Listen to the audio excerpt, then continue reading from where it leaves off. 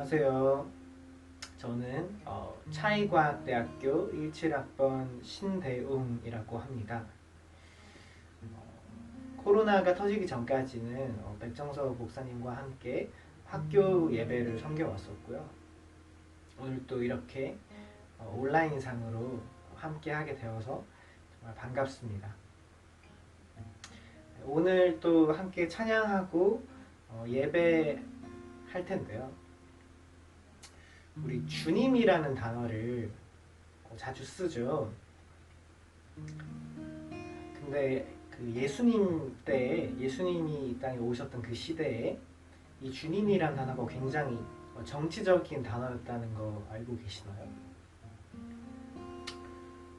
주님을 뜻하는 헬라어 단어 퀴리오스는 그 당시 로마 황제를 가리킬 때 쓰는 말이었습니다.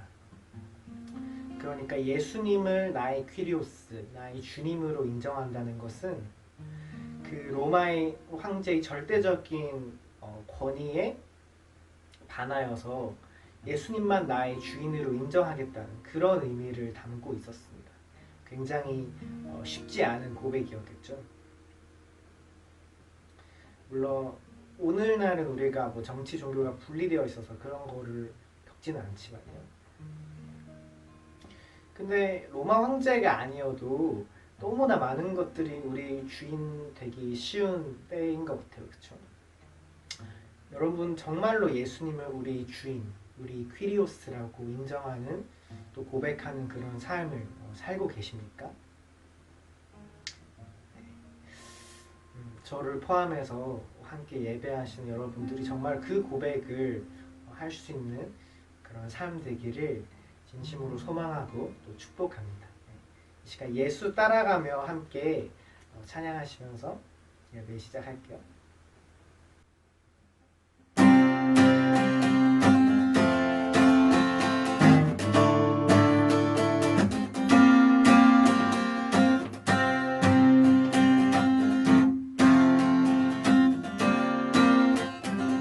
예수 따라가며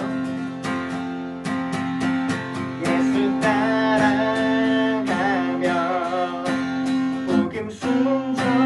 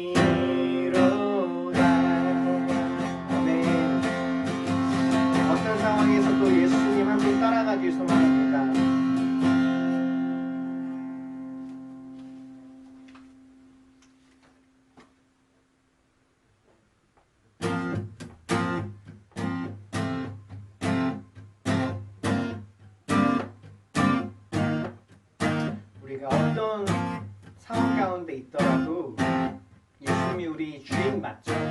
정말 그렇게 고백할 수 있는 삶 되게 소망합니다. 우리가 좋은 상황 가운데 있더라도 혹은 정말 쉽지 않은 상황 가운데 있더라도 주님이 우리 주 되심을 고백하길 원합니다. 주 이름 찬양, 주 이름 찬양, 풍요한 강물 흐르는 고요한 땅에 살 때에 주를 찬양해. 주 이름 찬양, 거칠은 광야와 같은 인생길 걸어갈 때에 주를 찬양해. 모든 축복 주신 주님 찬양하리. 어두운 날이 다가와도 나 외치리.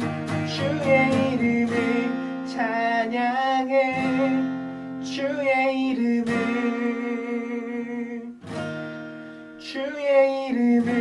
찬양해. 영화로운 주 이름 찬양.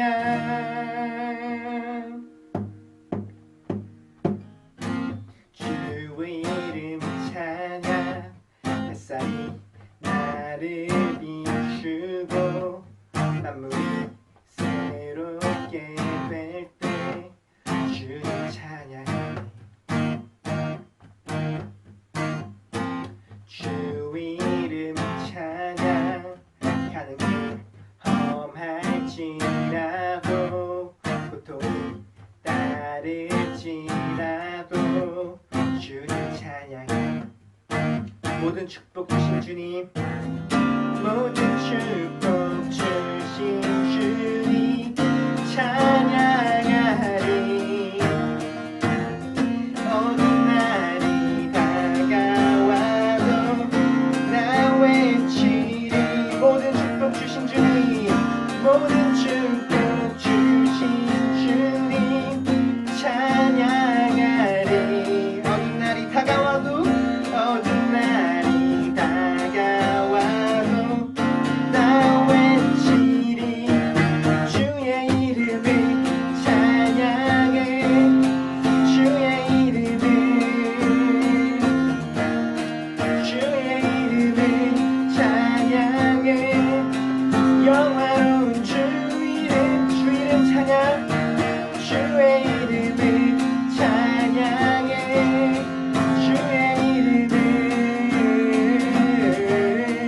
주의 이름을 찬양해. 영화로운 주 이름 찬양. 주님은 주시며 주님은 찾으시네. 내 맘에 하는 말 주 찬양합니다. 주님은 주시며 주님은 찾으시네. 내 맘에 하는 말 주 찬양합니다. 주의 이름을 찬양해.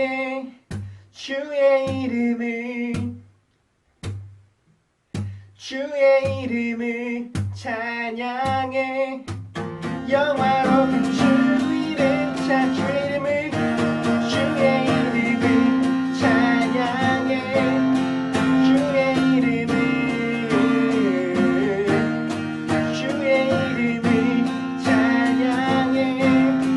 영화로운 주 이름 영화로운 주 이름 찬양. 영화로운 주 이름 찬양.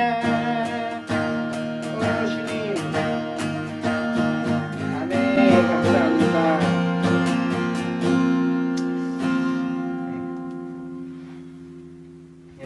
시간 함께 예배를 위해서 잠깐 기도하면서 나아가셨으면 좋겠습니다. 우리의 주인은 누구입니까? 정말로 예수님 한 분만이 우리 주님 또 우리 주인 되고 계십니까? 저 역시도 참 그것을 고백하는 일이 쉽지 않은 것을 날마다 발견하는 것 같습니다. 그럼에도 그분의 주되심을 인정하는 것이 우리가 해야 할 일이고 또 나아가야 할 길인 줄 믿습니다. 이 시간 함께 예배를 위해서 기도할 때 이 시간 우리가 주님께 드리는 예배가 정말 우리 마음 다해 올려드리는 정말 우리 마음을 올려드리는 그런 예배 될 수 있도록 도와주시고 주님 한 분께 이 시간 온전히 우리가 집중하고 정말로 주님 더 알아갈 수 있도록 이 시간 함께 예배를 위해서 잠깐 같이 기도하시고 기도하시겠습니다. 같이 기도하겠습니다.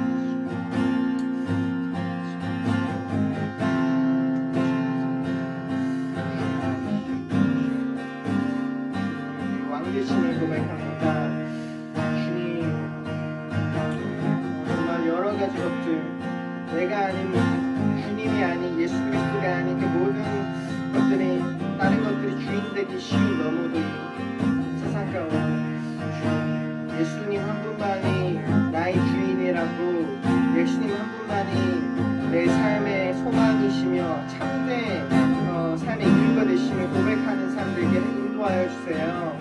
주님 인도하여 주시옵소서. 이 시간 비록 또 온라인으로 예배 드리지만 정말 마음으로 예배 드리는 그 한 사람의 마음을 주님 기다리시고 받으시는 줄 믿습니다. 그런 예배가 되게 인도하여 주세요.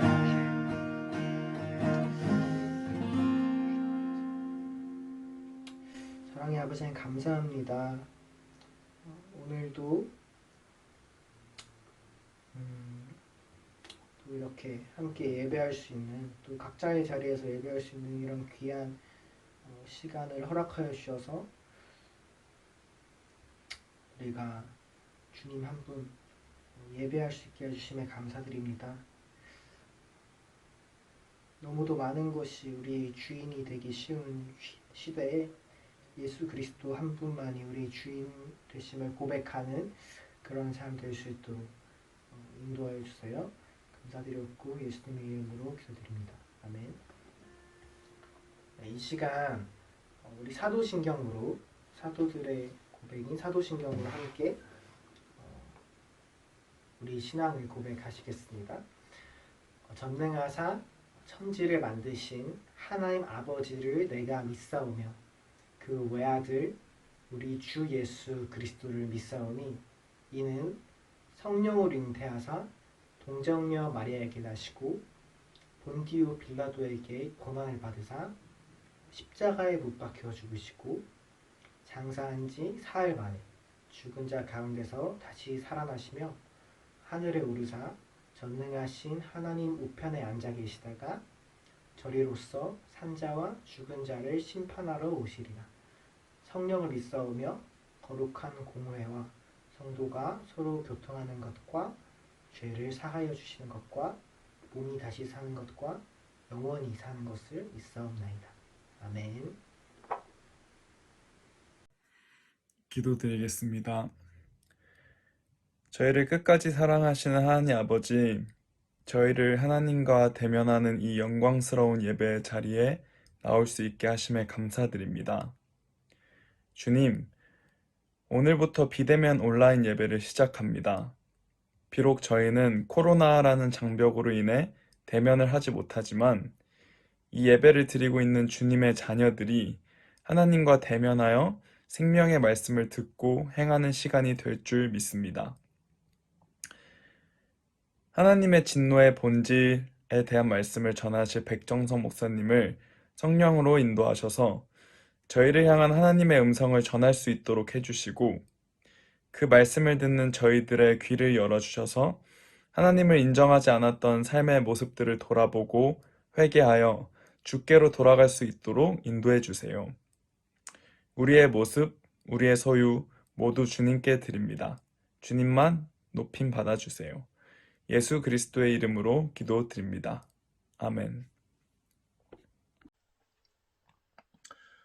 먼저 유튜브로 함께 예배드리는 군대에 있는 형제들, 또 대학생 여러분, 성도 여러분, 그리고 교회에 나가지 못할 형편이 여러분, 그리고 교회는 다니지 않지만 함께 예배하는 여러분들을 환영합니다.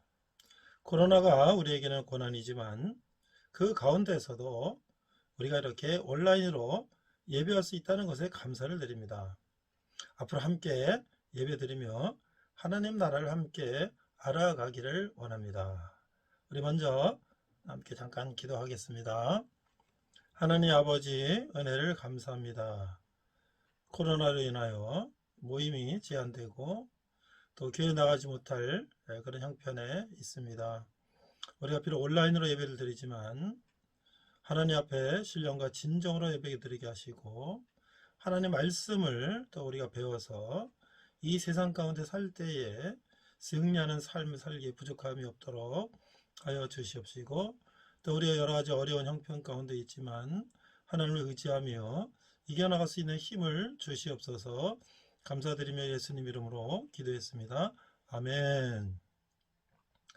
자, 오늘 우리가 이제 로마서를 8주에 걸쳐서 함께 나누고자 합니다. 오늘 첫 번째 로마서 서문입니다. 로마서 서문 본문은요, 로마서 1장 17절 말씀이 되겠습니다. 자, 그러면 먼저 제가 로마서 1장 17절을 읽어보겠습니다. 여러분들도 성경이 있으신 분들은 로마서 1장 17절을 찾아보시기 바랍니다. 저는 개역 개정으로 읽도록 하겠습니다. 복음에는 하나님의 의가 나타나서 믿음으로 믿음에 이르게 하나니 기록된 바 오직 의인은 믿음으로 말미암아 살리라 함과 같으니라. 자, 우리가 이 로마서 1장 17절 말씀을 볼 때에 역사상 종교개혁적으로 유명한 마르틴 루터가 생각이 납니다. 마르틴 루터는 1483년에서 태어나서 1546년에 돌아가신 독일의 종교개혁자입니다. 그는 비텐베르크 대학의 교수였습니다. 훗날 종교개혁을 일으킨 역사적인 인물이 되었습니다. 원래 아우구스티노 노회의 수사였던 루터가 그 당시 로마 카톨릭 교회에서 면죄부를 팔고 있었어요.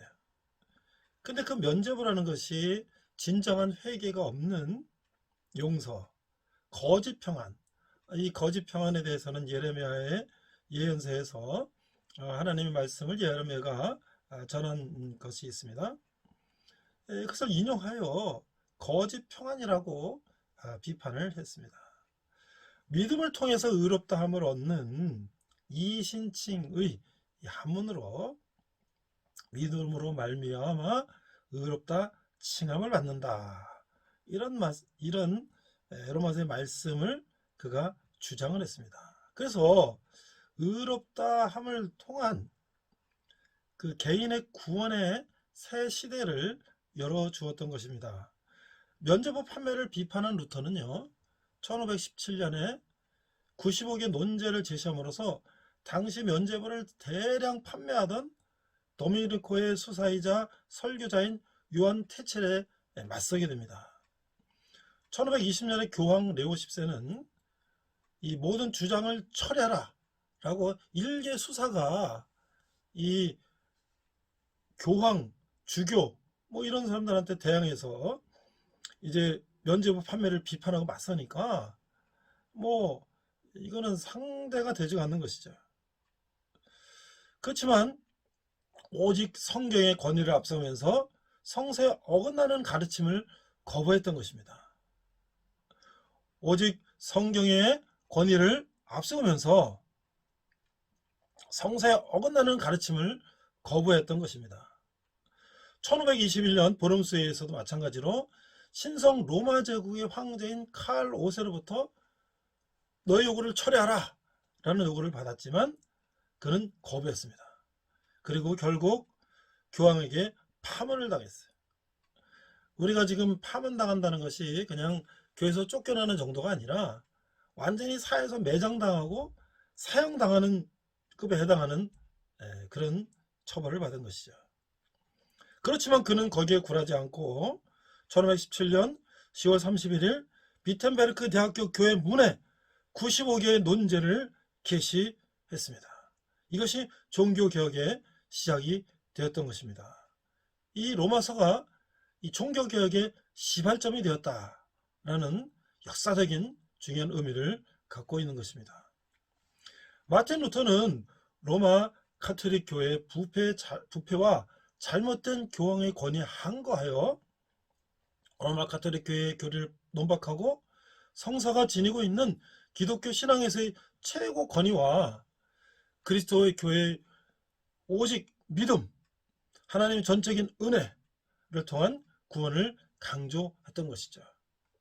오늘날 우리가 5가지 이제 오직 성경, 그러면 라틴어로 솔라 스크립투라, 오직 성경, 오직 믿음, 솔라 피데, 라틴어로 솔라 피데, 오직 은혜, 솔라 그라티아, 오직 그리스도, 솔루스 그리스토스, 그 다음에 오직 하나님께 영광을 솔리데오 글로리아, 이 5가지를 이제 압축적으로 말씀할 수가 있습니다. 그러니까 루터 본인은 자신이 종교개혁을 일으키겠다고 생각하지는 않았지만 종교개혁이 하나님에게 이끌림을 받아 할 수 없이 한 일이라고 이제 말했습니다. 복음주의자로서 복음을 전파하기를 원했고 자신이 설교자요, 박사요, 교수라고 불리기를 원했습니다. 그러나 그의 삶 가운데 그가 행했던 일은 엄청난 결과를 가져왔습니다. 그로 인해서 개신교가 태동했을 뿐만 아니라 성서의 번역, 이제 독일어로 성서가 번역이 된 것이죠. 그 당시엔 라틴어로 된 성경은 신부님들만 읽을 수 있었는데 이 평민들도 구텐베르그 활자를 통해서 성경이 독일어로 번역되고 많은 평민들까지 이제 성경을 읽게 된 것이죠. 그래서 많은 저작활동, 작곡과 설교를 통해서 사회와 역사가 크게 변화되었기 때문에 이제 그 큰 역사의 흐름을 일으킨 마틴 루터의 종교개혁도 이 로마서를 통해서 시작되었다라고 할 수가 있겠습니다. 루터가 대학에서 공부를 할 때에 이제 집에 갔다가 돌아가는 길에 이제 그 갑자기 비가 오고 벼락이 치는 그런 순간을 맞았습니다. 그 땅에 엎드려져서 그 당시 이제 광부들의 수호 성인을 큰 소리로 불렀어요. 그리고 성모 마리아를 불렀어요. 나를 도와주소서 하면서 그가 저는 신부가 되겠습니다 라고 이제 서원을 했습니다. 수원에 들어가서는 생각이 무르익었던 터라 그 당시에 루터는 큰 천둥이 하나님의 음성으로 받아들여서 이제 전혀 주저하지 않고 이제 그 길로 나가기 시작했어요. 그러나 아버지는 그 길을 원하지 않았기 때문에 아버지의 반대에도 불구하고 그는 이제 수사가 되었습니다. 루터는 죄인인 인간이 거룩하신 하나님과의 바른 관계를 맺을 수 있는 것인가에 대해서 고뇌했는데 수도에서는 루터가 비텐베르크 대학에서 공부하도록 했습니다. 비텐베르크 대학교의 요한 폰 스타우피츠 교수는 루터가 성서에 대해 진지하게 공부하며 평안을 찾을 것이라고 생각하며 루터를 성서 교수, 사제로 임명했어요. 이래는 루터는 신앙적인 고민을 해결할 수 있었습니다. 루터는 로마서, 시편, 갈라디아서 강의를 통해 의에 대한 개념을 새롭게 확립하게 되었습니다.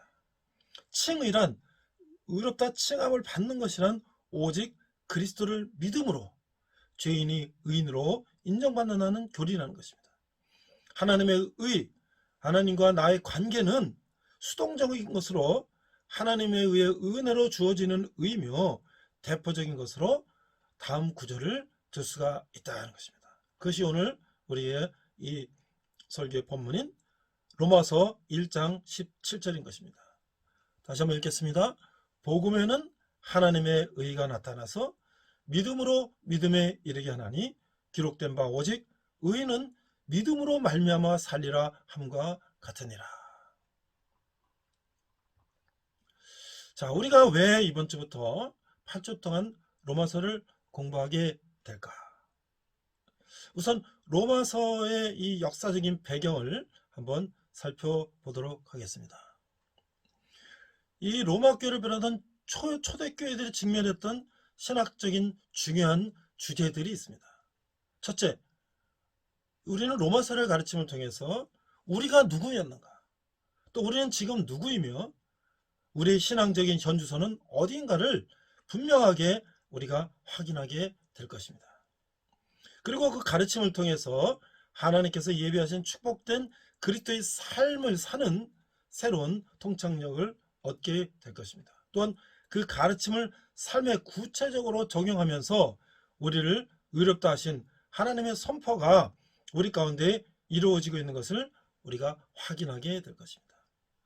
이런 확인은 우리를 영화롭게 하시겠다고 하는 하나님의 약속이 미래에 이루어질 것을 우리는 믿음의 눈으로 바라볼 수 있을 것입니다. 고난 가운데서도 즐거워하는 섬기는 성숙한 그리스도인으로 세워져가는 경험을 하게 될 것입니다. 이 로마서라는 것은 이 바울이 갈라디아서를 쓰고 또 로마서를 썼는데, 이 갈라디아서를 쓸 때에 그 유대주의자들, 믿음으로 의롭다함을 이제 아브라함 때부터 받은 그 믿음을, 하박국 선지자가 전한 그 믿음을 바울이 전했지만, 이제 유대주의자들은 갈라디아 지방에 있는 교인들에게, 이방인들에게 너희가 예수님을 믿으려면 할례를 받고 유대인의 율법을 지켜야 된다 라는 주장을 했던 것이죠. 그러나 바울은 아브라함은 할례도 받기도 전에 믿음으로 의롭다함을 받고 믿음의 조상이 되었는데, 이방인들이 예수를 믿고 그리스도인이 될 때에 그런 율법들을 선행 조건으로 제시하는 것은 부당하다, 오직 믿음으로 구원을 받는 것이다 라고 주장을 했던 것이죠. 그것을 더욱더 완벽하게 이제 신학적으로 구체화시킨 것이 바로 로마서인 것이죠. 이 로마서는 신약 성경의 중심이라고 합니다. 그래서 우리가 아주 많이 읽고 공부하더라도 그 로마서는 정말 귀중한 하나님의 말씀이라는 것이죠. 왜 신학적으로도 로마서의 가치가 중요한가? 바울이 복음의 진리와 교훈을 체계적으로 정리한 기본적인 자료이기 때문인 것입니다. 우리가 로마서를 한번 읽고 공부하게 되면 기독교란 무엇인가 라는 교리와, 그다음에 우리는 예수를 믿고 기독교인이 되었으면 어떻게 삶을 살아야 되는가 라고 하는 실천이 아주 명확하게 제시가 되었다는 것입니다. 자, 그럼 바울은 왜 로마서를 썼을까? 오늘은 로마서 전체에 대한 개관을 우리가 살펴보는 시간이기 때문에 먼저 전체적인 개관을 한번 살펴보도록 하겠습니다. 주 47년에서 50년까지 이 바울은 주로 그리스, 에게 주변에서 복음을 전했습니다. 그 에게라는 것은 아시아와 아시아 유럽을 나누는 그런 그리스 쪽에 있는 지역이죠. 거기서 이제 복음을 전했는데, 원래는 아시아 쪽에 있는 이 터키, 지금의 터키죠, 이 갈라디아 이쪽에서 복음을 전하고 다시 2차 전도 여행 때 마게도니아로 건너오라는 천사의 이제 환상을 보고 이제 건너갔죠. 그래서 원래 바울은 이 갈라디아 지방, 이고니온 이런 쪽을 전도하다가 이제 유럽으로 넘어가서, 그리스로 넘어가서 빌립보라든지 데살로니가, 고린도 이런 쪽에 교회를 세우고 이제 그들을 가르쳤던 것이죠. 이제 주 56년, 57년 이 겨울에 이 바울은 그 자기의 친구이며 개종자인 이 가이오라는 사람의 고향인 고린도에서 지나면서 이제 이 아시아 에게 지역에서는 내가 복음 전하는 것이 다 이제 끝났다. 나는 이제 새로운 곳을 이제 찾아서 복음을 전해야 되겠다라고 하는 생각을 했던 것이죠. 그 당시에 사람들은 이 지구가 평평하다고 생각했는데 이제 지구의 끝이 어디냐? 스페인이라고 생각했던 것입니다. 스페인. 그래서 로마의 식민지며 가장 서쪽 끝에 있는 그 스페인으로 가기로 결정을 했습니다. 그런데 스페인으로 가는 길에 바울은 로마를 거쳐서 가려고 했던 것이죠. 로마에는 이미 교회들이 많이 번창해 있었습니다. 그래서 로마를 거쳐 가는데 그 로마에 있는 그 교인들에게 그가 이제 편지를 통해서 하나님의 말씀을 이제 전하게 된 것이죠. 그래서 이 로마에 있는 교인들에게 보낸 이 편지는 이제 로마서로서 우리에게 전해지게 되는 것이죠. 당시에 이 편지라고 하는 것은 로마 시대에는 편지가 오늘날 같은 그냥 이메일 보내고 손편지 보내는 그런 수준이 아니라 하나의 논문과 같다. 그래서 서론 본론 결론이 명확하고 중심 주제가 명확한 그런 한 편의 논문을 쓰게 되는 것이죠. 그래서 바울은 로마에 있는 교인들에게 그가 갈라디아 교인에게 전했던 그 유대주의자들이 어떤 그 문제를 일으킨 것들에 대한 바른 믿음의 교리를 정리하고 또 그 내용을 이제 또 실천편까지 묶어서 더 갈라디아서를 확대해서 이제 로마에 있는 교회에게 보내게 되었다는 것이죠. 그래서 이제 로마에 있는 그리스도인에게 보낸 편지를 그 친구인 더디오에게 받아쓰게 했던 것입니다. 자, 그럼 로마 교회는 어떻게 시작됐을까?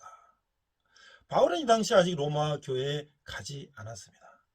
그렇지만 이 로마 교회에 벌써 네로의 박해라든지 10번의 로마의 황제들의 박해가 있었지만 이 기독교인들은 이 카타콤이라는 지하 무덤이라든지 이런 속에 숨어서 예수를 믿고 있었던 것이죠. 그리고 로마 교회는 예수님이 오신 후에 오순절 때에 예루살렘을 방문했던 순례자들 가운데 이 베드로가 복음을 전할 때 3,000명이 막 돌아왔다 그랬잖아요. 그런 사람들이 복음을 듣고 회심해서 그 소식을 가지고 로마로 돌아간 사람들도 있다라고 또 생각됩니다. 또 바울이 로마에 간 적은 없지만 로마 교회에 바울이 많은 친구들이 있었다는 것. 로마서 16장 후편에 보면 그 많은 로마에 있는 친구들 지인들에게 안부를 전하는 모습이 나오는데 거기는 많은 높은 사람들 또 남녀 여러 사람들을 이제 언급하고 있죠. 그러면 바울이 이제 로마에 가진 않았지만 이미 로마 교회는 많은 바울의 친구들과 지인들이 있었다. 그것은 바울이 전도함으로 회심하고 이제 로마에 살고 있던 사람들도 있을 것이다. 그 다음에 이제 또 베드로가 로마에 가서 복음을 전하다가 이제 순교를 하게 됩니다. 그때 베드로의 전도를 통해서 로마에도 많은 교인이 생겼을 것이다 라고 우리는 생각할 수가 있겠습니다. 그러니까 이미 로마에는 많은 교인들이 있다는 것이죠. 자, 그래서 이제 바울은 이 로마서를 통해서 이제 자기가 로마 감옥으로 가서 투옥되기 전에 이제 고린도에서 마지막 편지였는데 이 갈라디아서를 확장시킨 이제 그런 편지라고 생각할 수가 있겠습니다. 그래서 로마서는 우리가 전체적으로 크게 보면 처음에 이제 로마서의 개관이 있고 이 하나님께서 이 우리 인간들을 이 잘못된 것을 하나님께서 이제 진노하시는 하나님, 성부 하나님. 그래서 인간의 이 어쩔 수 없는 이 인간의 타락된 인간들을 구원하시기 위해서 하나님 직접 인간의 몸으로 이 땅에 오신 성자 예수님. 그리고 성령님. 그것이 로마서 1장 18절부터 3장 20절까지 성부 하나님. 또 로마서 3장 21절부터 5장 21절까지 성자 예수님. 로마서 6장, 7장, 8장이 이 성령님, 그러니까 로마서는 성부, 성자, 성령님을 구체적으로 바울이 기록한 것이죠. 그 다음에 이제 9장에서 10장, 11장은 바울이 유대인이잖아요. 그가 로마의 시민권자이지만 유대인입니다. 그가 이제 자기 동족 유대인들은 지금도 그 유대인들은 하나님만 믿고 예수님을 믿지 않고 있잖아요. 그래서 그들에게 안타까운 마음을 9장, 10장, 11장에서 전하고 있고요. 그 다음에 이제 실천편으로 가면 12장에서 13장은 복음과 그리스도인, 우리가 복음을 받았으면 그리스도인으로서 어떤 삶을 사느냐, 너희 몸을 산 제사로 드리라, 우리 말씀을 우리가 읽을 수 있죠. 그 다음에 이제 마지막으로 14, 15, 16장은 복음과 교회, 복음을 받은 교회는 어떠해야 하는가. 그러니까 우리가 이 로마서 한 편을 자세히 읽어보면 교리와 실천을 정말 이 성경에서 하나님이 창세기부터 요한계시록까지 말씀하시는 것을 아주 압축한 하나의 핵심을 우리가 배울 수가 있다고 생각이 됩니다. 자, 그럼 우리가 오늘 서론 부분에 로마서 1장부터 17장 부분을 한번 간략히 살펴보고 오늘 로마서 서론의 말씀을 마치고자 합니다. 로마서 1장 1절에서 7절을 보면 그 서대 인사가 좀 길게 시작됩니다. 왜냐하면 바울이 로마를 방문한 적도 없고 그렇기 때문에 그들에게 이제 좀 더 자세하게 인사를 하는 것이죠. 그래서 우리가 이 바울이 또 자신을 소개하면서 자신을 종이라고 했습니다. 하나님의 종. 자, 이 종이라는 건 무엇입니까? 오늘날 우리가 말하는 그냥 노예 종, 뭐 이런 수준의 종이 아니라 로마 시대에는 로마 시민의 거의 절반가량이 종이라고 인구가 종일 정도로 많았는데 그들은 자기의 인권이나 이런 거 전혀 없는 것이죠. 그냥 팔려가고 또 팔리면 또 거기 가서 주인을 섬기고 귀에다가 이제 주인의 이름을 새겨서 꽂고 주인이 시키는 대로 죽을 때까지 주인을 섬기며 일을 해야 되는 것이죠. 마치 소가 콧줄을 끼고 이제 귀에다가 인식표를 달고 그렇게 죽을 때까지 지내는 것처럼 그 인간이 종이라는 것은 바로 짐승과 같은 그런 상태를 말하는 것인데 그 바울은 자기 자신을 종이라고 얘기를 한 것입니다. 그러니까 모든 주권은 하나님에게 있고 자신은 하나님의 뜻대로 하나님이 하라는 대로 하는 그런 사람이라는 것을 얘기한 것이죠.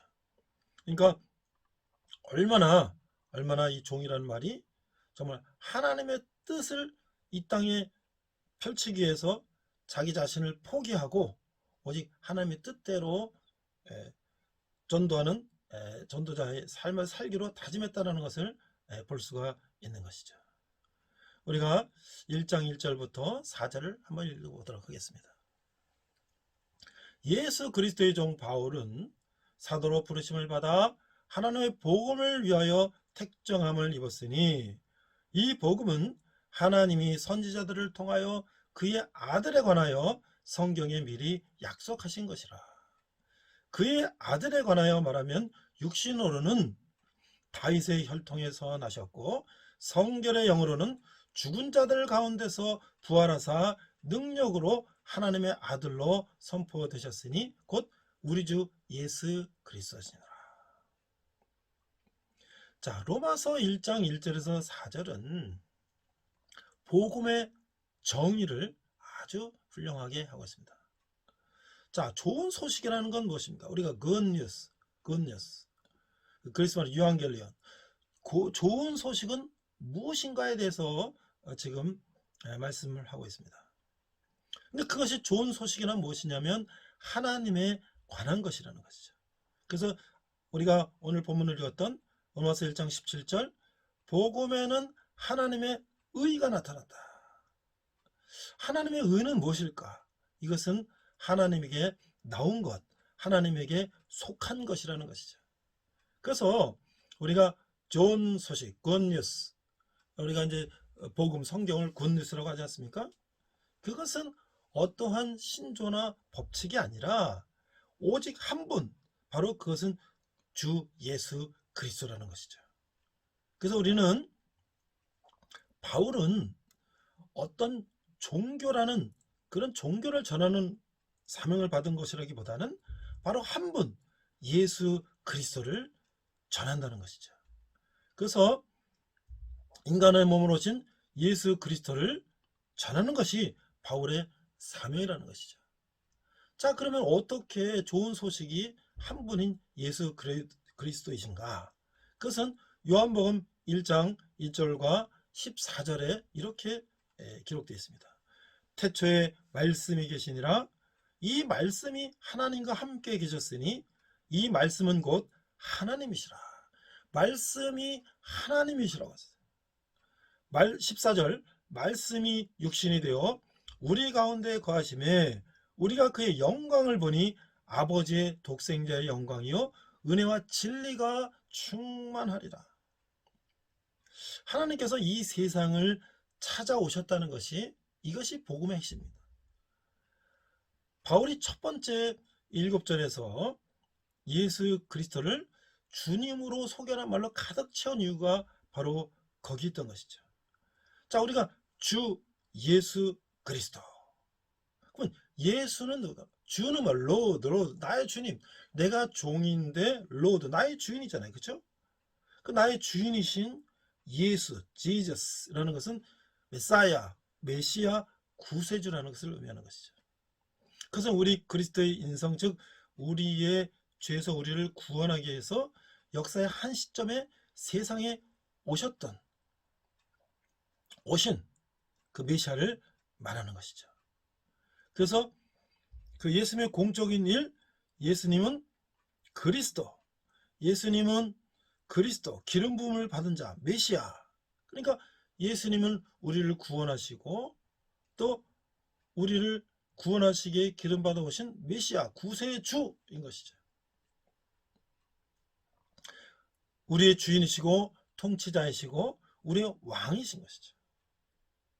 하늘과 땅의 모든 권세가 그분에게 주어져 있다는 것이죠.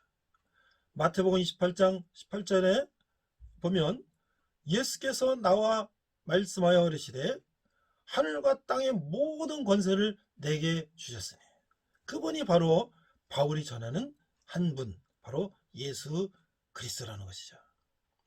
그래서 바울은 로마서 1장 2절에서 이 복음은 하나님이 선지자들을 통하여 그의 아들에 관하여 성경에 미리 약속하신 것이다. 그러니까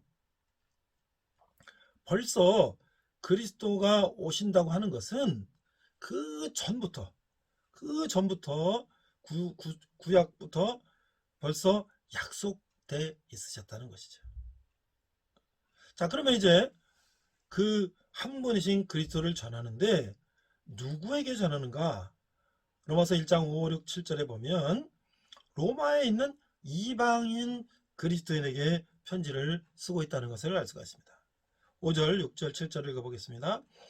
그로 말미암아 우리가 은혜와 사도의 직분을 받아 그 이름을 위하여 모든 이방인 중에서 믿어 순종하게 하나니 너희도 그들 중에서 예수 그리스도의 것으로 부르심을 받은 자니라. 로마에서 하나님의 사랑하심을 받고 성도로 부르심을 받은 모든 자에게 하나님 우리 아버지와 주 예수 그리스도로부터 은혜와 평강이 있기를 원하노라. 그러니까 성도로 부르심을 받은 자, 모든 자, 그러니까 하나님을 위해서 구별된 하나님의 거룩한 백성들을 말하는 것이죠. 그에게 은혜는 예수 그리스도를 말미암아 자격이 없는 사람들에게 값없이 주어지는 하나님의 사랑이며 하나님의 공로, 십자가 공로로 우리에게 주신 은총인 것이죠. 이 구절의 평강은 하나님의 은혜로 말미암아 우리가 하나님을 우리의 구세주로 믿는 사람들의 누리는 복이라는 것이죠. 자, 이제 바울은 8절 15절에서 내가 이제 로마로 가겠다고 이제 계획을 밝힙니다. 8절 읽어보겠습니다. 먼저 내가 예수 그리스도로 말미암아 너희 모든 사람에게 관하여 내 하나님께 감사함은 너희 믿음이 온 세상에 전파되미로다. 그래서 이제 그 로마 제국의 이 수도에 바울이 복음을 전하는 교회가 있다는 것에 감사히 여기고 있어요. 그 당시에 모든 길은 로마로 통한다. 그런데 그 핍박 가운데 로마에 교회가 있고 교인들이 있다는 것에 감사하며 11절에 보니까 내가 너희 보기를 간절히 원하는 것은 어떠한 신령한 은사를 너에게 나눠주어 너희를 견고하게 하려 함이라. 그래서 나눠준다. 그래서 바울이 이 선물을 준다 이런 그 개념보다는 그에게 주신 은사, 하나님이 주신 그런 은사를 그들과 함께 나누겠다는 것이죠. 12절을 보니까 이는 곧 내가 너희 가운데서 너희와 나의 믿음으로 말미암아 피차 아니함을 얻으리라. 그래서 뭐예요? 나에게는 모든 것들을 너희들과 함께 나누겠다고 하는 그런 형제를 바울은 이제 전하고 있습니다. 오늘 주제 16절 17절을 보면 내가 복음을 부끄러워하지 아니하노니 이 복음은 모든 믿는 자에게 구원을 주시는 하나님의 능력이 됨이라. 먼저는 유대인에게요 그리고 헬라에게노라. 복음에는 하나님의 의가 나타나서 믿음으로 믿음에 이르게 하나니 오직 기록된 바 오직 의인은 믿음으로 말미암아 살리라 함과 같으니라. 오늘 말씀 이후에 우리가 1절부터 17절까지 바울이 로마 교회 교인들에게 인사로 전하는 이 말씀 가운데 핵심적인 메시지가 있는 것이죠. 우리가 이것을 몇 번 읽어보면서 로마서 전체의 개관을 한번 우리가 이해를 했으면 좋겠어요. 이 로마서 1장 16절 17절은 로마서 전체의 요약인 것입니다. 그래서 이 로마서의 주제는 계시된 하나님의 의입니다.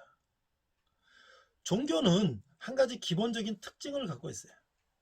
모든 종교의 추종자들은 자력으로 신께 나아가 신을 찾고 신을 기쁘게 해드리려고 노력합니다. 그러니까 모든 종교는 신을 향하여 발돋움하려는 경배의 양식입니다. 그러나 이것이 복음일까요? 이것이 좋은 소식일까요? 하나님과의 나의 관계, 하나님 앞에 나아가는 것이 이런 종교에서 발견될 수가 있을까요? 바울이 17절에서 하나님의 의가 나타나갔다고 하는 것은 이 나타난다 이런 것은 이 헬라어로 감추어 있던 것이 드러난다는 것이죠.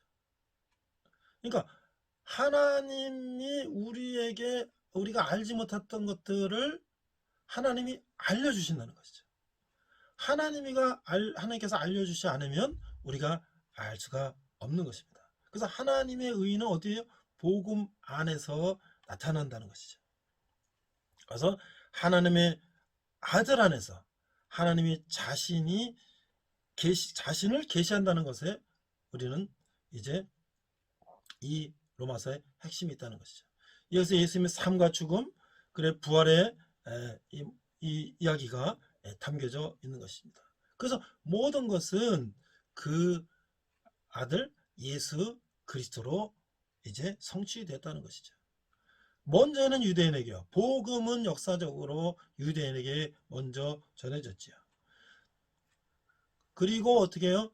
헬라인에게, 우리 같은 이방인에게도 복음이 전해졌다는 것입니다.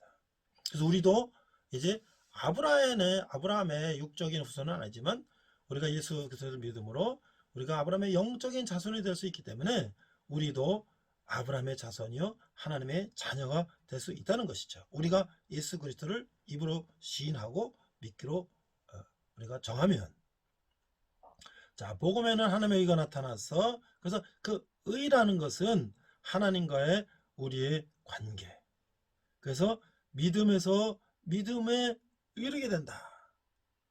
그래서 우리가 하나님에 의해서 의롭다고 인정을 받은 사람은 우리는 의로운 삶을 살게 된다는 것이죠. 그래서 의로운 사람이 우리가 주된 삶의 원인은 바로 믿음이라는 것이죠. 믿음으로 우리는 구원을 받고 의로운 삶을 살게 된다는 것입니다. 이제 정리를 해보겠습니다. 앞에서 마틴 루터가 그런 형식적인 그런 종교, 타락된 종교에서 다시 돌이킬 수 있었던 것은 로마서를 가리키면서 로마서의 그 핵심적인 교리를 통해서 그가 가식적이고 형식적이고 거짓된 교리에 대해서 거부하고 새로운 종교개혁이 시발점이 되었다고 얘기를 했습니다. 그래서 우리는 이제 하나님을 알게 된다는 것은 지정의로 하나님을 알게 되는 것이죠. 먼저 하나님을 지식적으로 알아야 되는 것이죠. 그 다음에 우리는 어떻게 해요? 하나님을 감정적으로도 하나님을 체험하게 되는 것이죠. 그 다음에 뭐예요? 우리는 이제 의지적으로 이 결단을 하는 것이죠. 이제 과거에는 내가 그냥 교회를 나갈까 말까, 예수를 믿을까 말까 했지만 이제는 어떻게 해요? 우리가 하나님 알고 하나님을 통해서 하나님과 이 교제하고 하나님의 사랑을 느끼고 체험하며 이제는 우리가 결단함으로 나는 하나님께 나가야 되겠다. 하나님의 자녀가 되어야 되겠다. 라는 삶을 우리가 살기로 결단해야 될 것입니다. 제가 이번 학기에 신구약 성경인물 리더십의 이해라는 과목을 이제 하고 있는데 첫 시간에 이제 동영상 수업을 공부하고 한 학생이 저에게 두 가지 질문을 했어요.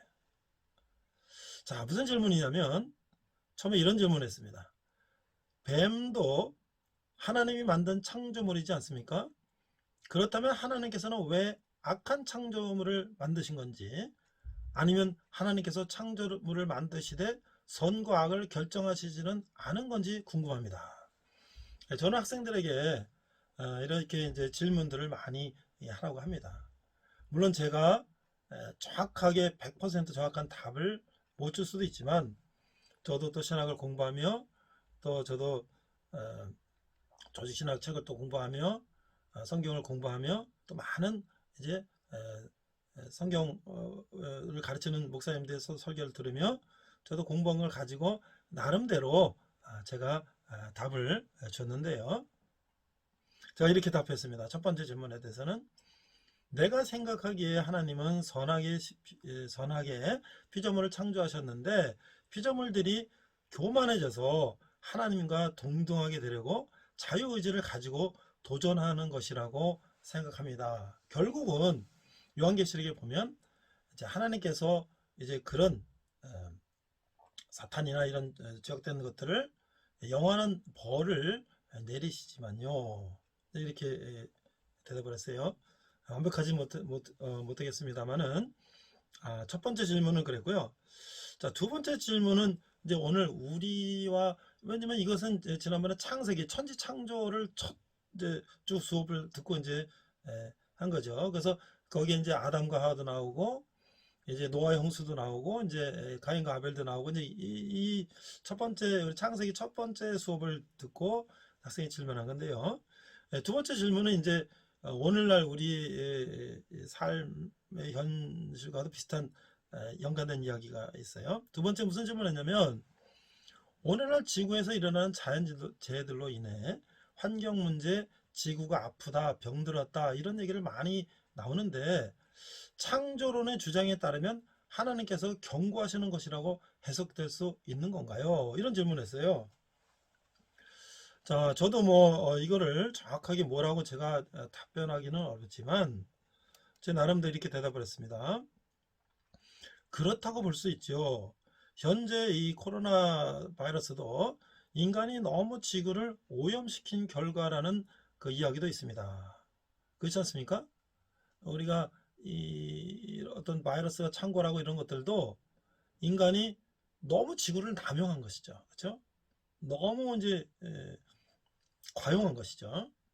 자, 그래서 제가 이렇게 예를 들었어요. 모세편에서 나오는 바로 왕에 대한 하나님의 10가지 재앙이 있잖아요.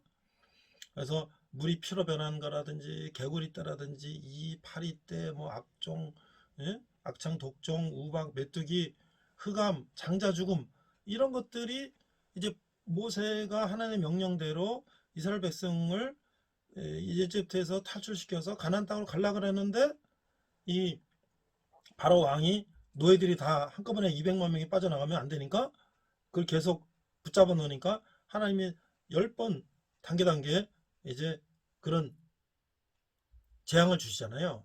그러니까 이집트에 계속 재앙이 오니까 항복했다가 또 다시 또 못 가게 막고 했는데 거기서 보면 우리가 이런 개구리 떼, 파리 떼, 뭐 우박, 메뚜기, 흑암 뭐 이런 것들 보면 우리가 이 지구상 역사상에 보면은 그런 사건들이 많이 있었지 않습니까?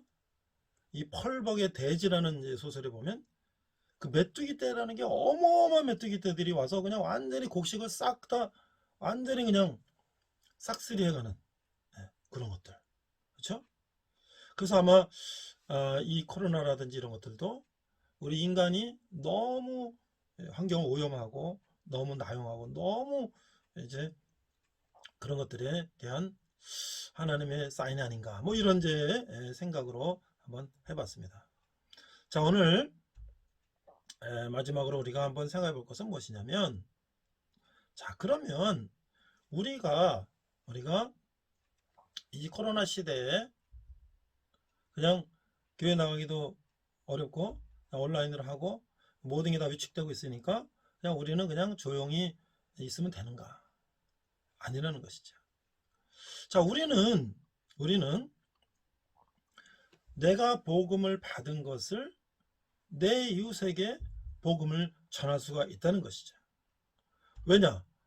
마태복음 18장 18절에 20절에 보면 예수께서 나와 말씀하여 이르시되 하늘과 땅의 모든 권세를 내게 주셨으니 그러므로 너희는 가서 모든 민족을 제자로 삼아 아버지와 아들과 성령의 이름으로 세례를 베풀고 내가 너에게 분부한 모든 것을 가르쳐 지키게 하라. 볼지어다 내가 세상 끝날까지 너희와 항상 함께 있으리라.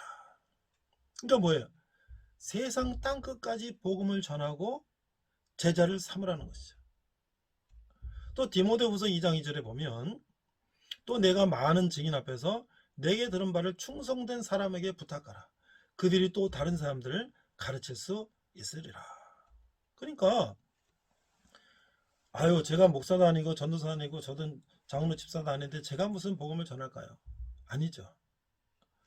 우리가 복음을 받았으니 우리가 내 가족, 친구, 형제들에게 내가 좋은 소식, 기쁜 소식을 받은 것을 내가 정말 사랑하는 가족과 친주에게 복음을 전하는 것이죠. 어떠한 방법으로 어떤 시간에 어떻게 하는 것은 이제 하나님께서 주시는 방법대로 내가 할 수 있는 방법대로 내 삶을 통해서 또 내가 그에게 친절을 베품으로써 내가 그를 사랑해주고 케어해줌으로써 여러 가지 내가 그의 관계를 잘 유지해감으로써 여러 가지 방법이 있겠죠. 그래서 우리는 어떻게 해요? 신실한 그리스도인을 우리가 이제 한 사람을 비록 믿음이 연약하지만 한 사람을 선택해서 그에게 우리가 복음을 전하고 사랑을 하고 해서 그가 어떻게 해요? 이제 새로운 교회에 나오고 또 교회에서 일할 수 있고 또 교회에서 그의 은사가 이제 발견이 되고 그렇게 되면 어떻게 해요? 우리가 그를 이제 용기를 주고 격려해서 정말 한 사람의 하나님의 자녀 또 한 사람의 그리스도인이 될 수가 있다는 것이죠. 그래서 우리는 하나님께서 나를 통해서 하나님의 복음이 나에게 머물러 있는 것이 아니라 나를 통해서 내 이웃에게 복음이 전해지기를 원하는 것입니다. 그래서 오늘 우리가 이제 이 코로나 이 바이러스가 있습니다만은 또 우리가 이제 모임이 제한되고 여러 가지 어려움 가운데 교회 나가는 환경이 어려워졌지만 또 하나님께서 우리가 이런 언택트 시대에 온라인을 통해서 우리가 또 이렇게 어떤 지역과 시간과 공간을 초월해서 하나님의 말씀을 들을 수 있다는 것은 또 우리가 또 그처럼 들은 말씀을 우리 사랑하는 가족, 친지, 이웃, 친구들에게 전할 수가 있다는 것이죠. 이제 오늘 우리는 로마서 서론을 통해서 사도 바울이 이 로마에 있는 교인들에게 어떤 말씀을 전하려고 하는가에 대한 개괄적인 이야기를 이제 들었습니다. 그것은 바로 2000년 전 로마 교회에 있는 교인들뿐만 아니라 오늘날 우리에게도 동일하다고 생각이 됩니다. 그들이 마치 로마의 황제의 핍박 가운데 어떤 시간 공간적인 제약이 있었다면 우리는 어떻게 보면은 이 코로나 바이러스라는 이런 어떤 환경적인 요인으로 우리의 활동과 시간과 공간이 제약이 되어 있는 게 어떻게 아이러니하게도 2000년 간격을 두고 비슷하다고 할 수 있죠. 그렇다고 로마에 있는 교인들이 로마 황제의 핍박과 그런 제약의 모든 걸 포기하고 그들이 그냥 가만히 있었냐? 아니죠. 그들은 목숨을 걸고 복음을 전하고 또 복음을 받아들이고 또 복음의 참 소망을 발견하고 그들이 핍박과 어려운 가운데도 희망을 가지고 열심히 사는 것처럼 우리도 이 코로나 바이러스가 있어서 경제가 어렵고 또 여러 가지 우리 젊은이들이 취업이 어렵고 모든 활동이 제약되고 우리 또 이 사업하시는 분들 직장에 여러 가지 어려움이 있지만 그러나 그런 가운데도 우리는 희망을 가지고 이제 우리가 열심히 하나님의 말씀을 듣고 또 그것을 우리가 힘이 되어서 이 험난한 세상을 이겨나간다면 우리는 또 새로운 이제 코로나 이후에 새로운 시대를 이제 앞장서 나가는 그런 우리가 준비를 하는 단계가 될 수 있다고 생각을 합니다. 함께 기도하겠습니다. 하나님 아버지 은혜를 감사합니다. 오늘 우리가 로마서 첫 시간 개간을 공부했습니다. 우리가 성경이 굉장히 어렵고 잘 이해가 안 간다고 생각하지만 그러나 성경을 한번 천천히 읽어보면 우리가 전혀 모를 것도 아니라고 생각이 됩니다. 우리가 앞으로 8주간 동안 로마서를 공부하며 하나님께서 바울을 통해서 우리에게 하시고자 하는 말씀이 무엇인지 또 우리가 하나님의 자녀가 된다는 것이 무엇인지 하나님과 우리의 관계가 회복된다는 것이 무엇인지를 깨닫고 또 우리가 그런 말미암아 하나님의 자녀로서 이 세상 가운데 우리가 어떠한 삶을 살아야 되는지 또 우리 교회들은 어떠해야 되는지를 우리가 깨닫고 또 그런 삶을 사는 우리가 될 수 있도록 하여 주시옵소서. 지금은 우리 주 예수 그리스도의 은혜와 하나님 아버지 극진하신 사랑과 성령님의 감화감동 역사하심이 우리 코로나 바이러스 내에서 시공간의 제약을 통해서 교회 나가지 못하고 또 함께 온라인으로 예배드리는 모든 우리 젊은 형제들, 군대에 있는 형제들, 대학생 우리 형제들, 또 우리 성도님들, 교회를 나가지 않지만 함께 예배하는 모든 성도님들 위해, 열방의 백성들과 선교사님들 위해, 또 북한에서 고통받는 북한 동포들 위해 지금부터 영원토록 함께 하시기를 간절히 축원하옵나이다.